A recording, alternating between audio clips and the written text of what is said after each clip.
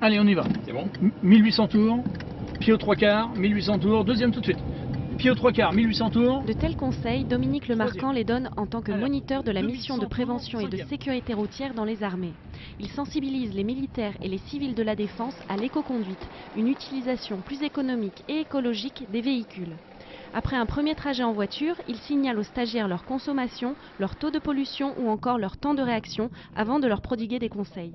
On va refaire exactement le même trajet, mais avec toutes les astuces d'éco-conduite qui vont nous permettre normalement de gagner grosso modo 2 litres au 100 km, de réduire l'empreinte carbone d'au moins 1/3 pour une vitesse moyenne identique, voire même parfois plus rapide.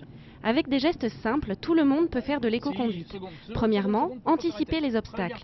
Moins on utilise le frein et l'accélérateur, moins on consomme. Deuxièmement, passer rapidement les vitesses. Ce qu'il faut, c'est essayer de réduire au minimum l'utilisation des 3 premiers rapports qui sont les plus consommateurs d'énergie et les plus pollueurs. Troisièmement, lâcher l'accélérateur pour couper l'injection. On va jouer avec l'inertie de la voiture, le poids de la voiture et le dénivelé de la route, même faible, pour pratiquer ce que les Américains appellent le pulse on glide, c'est-à-dire j'accélère et je laisse couler. Dernier conseil, couper le moteur au feu rouge. Si tous les gens coupaient leur moteur au feu rouge, ça serait 6% d'économisé au niveau de la facture énergétique du pays.